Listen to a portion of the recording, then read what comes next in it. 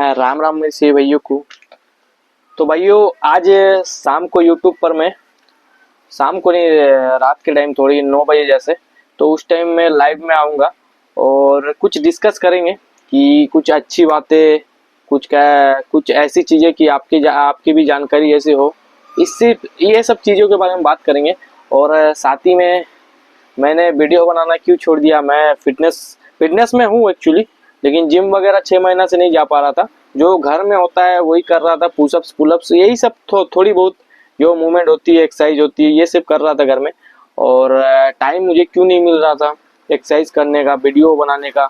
साथ ही में आप लोगों का प्यार, आप लोगों का मोटिवेशन क्यों बढ़ा नहीं पा रहा था, नहीं मोटिवेशन क्यों नहीं बढ़ा पा रहा था ना। आप लोगों का प्यार तो बहुत सारा मिला, क्योंकि मैं जहाँ सोचा नहीं था उतना सब्सक्राइबर मुझे मिल चुका है।